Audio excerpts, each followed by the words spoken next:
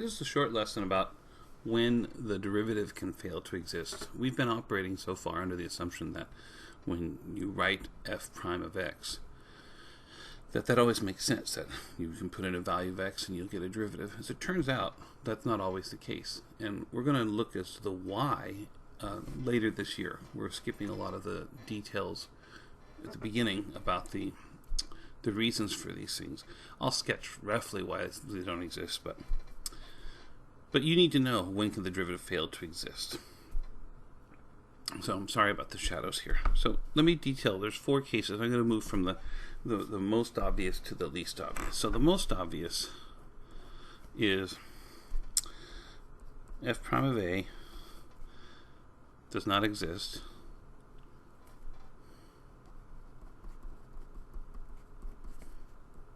if a is not in the domain of f.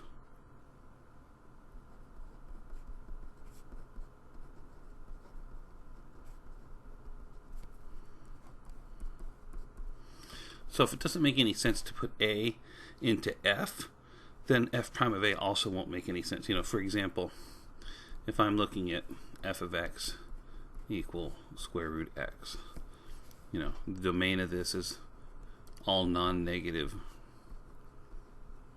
real numbers. The graph of this looks something like that. If I say, what's f prime of minus 1? It doesn't make any sense.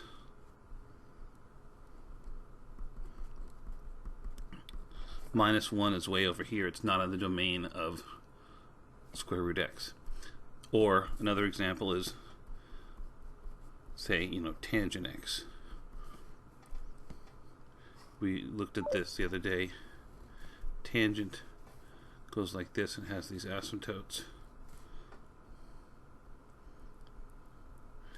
The first asymptote here is at pi over 2. So pi over 2 is not in the domain of f.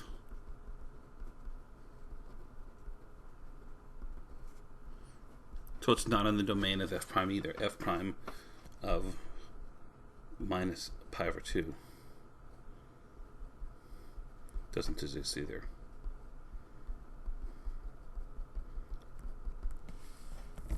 So that's the most straightforward case. If a value is not in the domain of a function, then the derivative doesn't exist out there either. So second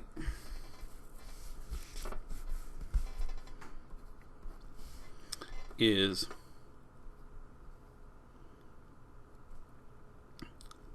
if f has a point or sudden change its slope.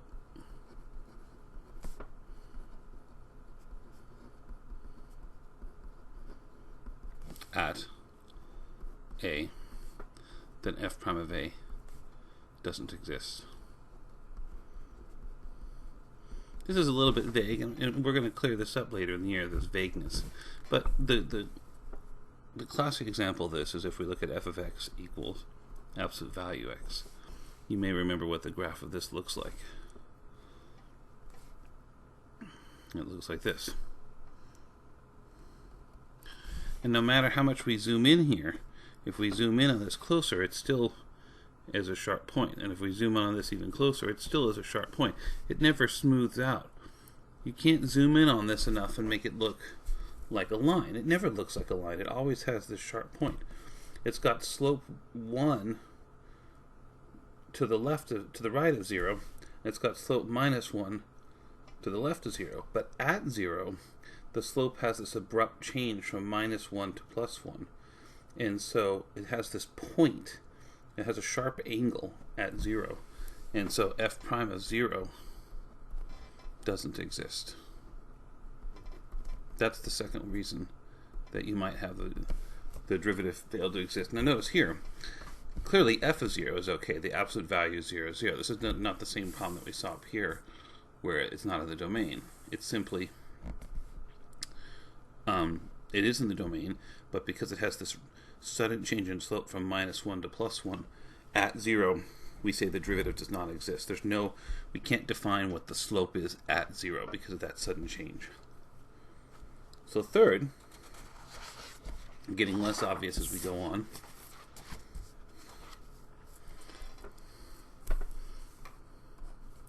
The third reason the derivative might not exist is if f itself has a jump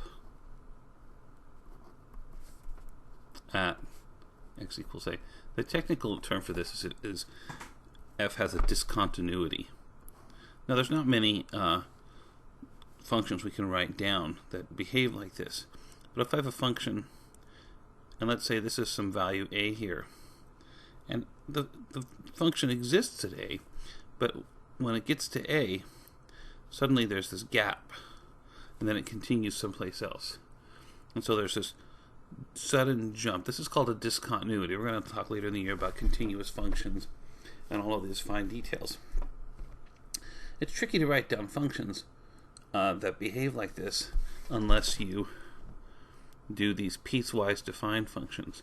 You know, if you could say, for example, say, let f of x equal 3x plus 2 if x is greater than or equal to 1, or less than or equal to 1, and f of x equals x squared if x is greater than 1. This is less than or equal to here. So I've got one definition of the function if x is less than 1 or equal to 1. I have another definition of the function if x is greater than 1. And the function has this, so it's 3x plus 2. It's got slope 3. It's, it's going about its business. And then when it reaches 1, got a solid circle there because it behaves like the line when x is 1, less than or equal to 1. But once you go past 1 and you go greater than 1, suddenly it shifts over to the graph of y equals x squared, the parabola, and then it continues like this. So at 1, the function has this sudden jump in behavior. When a function does this, the derivative does not exist at that value. So f prime of 1 here doesn't exist. That's even the case if the slope appears to be the same. Like here, this is slope 3. If this were also slope 3, it's not. It doesn't matter. If there's a jump in the value, the derivative doesn't exist. And we'll see why that's the case later in the year. It turns out that if the derivative exists, the function can have a jump like this. It's got to be continuous. Finally, the last one, and the trickiest one to spot, is if f has a vertical tangent line.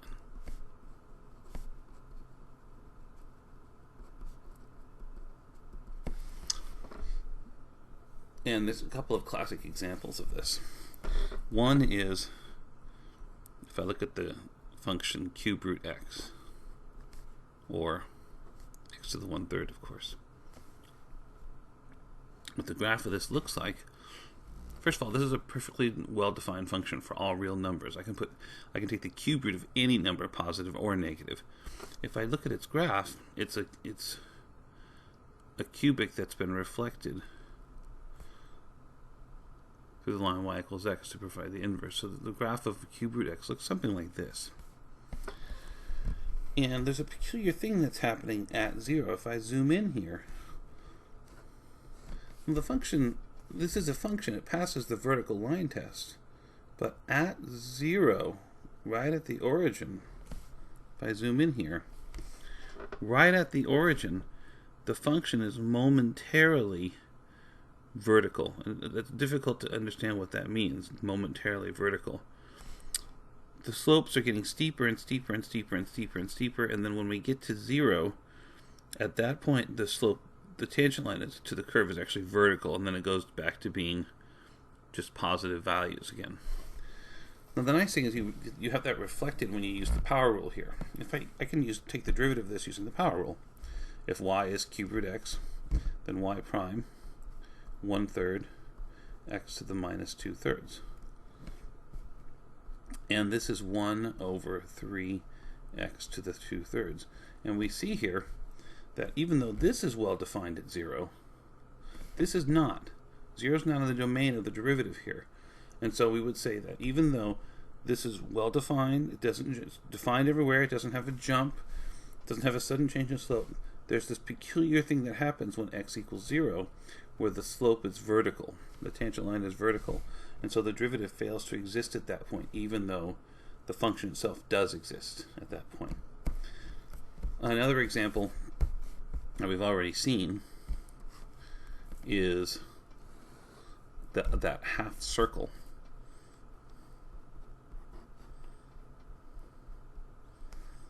Here's the top of the unit circle. It will look like this. And over here, right where it hits the axes, we know that if we continue this circle, it's not part of this function, but if we continue this circle, we'd expect the tangent line here to be vertical. And so we're going to have a problem with the derivative over here at 1 and over here at minus 1. And we see that if we take the derivative, we get 1/2 1 minus x squared to the negative 1/2 times minus 2x. This simplifies to minus x over the square root of 1 minus x squared. And here we see that any place where this is 0, here or here in particular, where the y coordinate is 0, we get a 0 in the denominator. And remember, if we're dividing by 0, that's not allowed. And so in both of these cases, we see what's happening is we have a fractional power. We take the derivative, and it subtracts 1 from it, and it becomes a negative power. We see that happening here as well. We have x to the, with something to the 1/2, it goes something to negative 1/2. That's when this will happen, where you'll see this vertical tangent line happening. And those are the 4 cases where the derivative may not exist.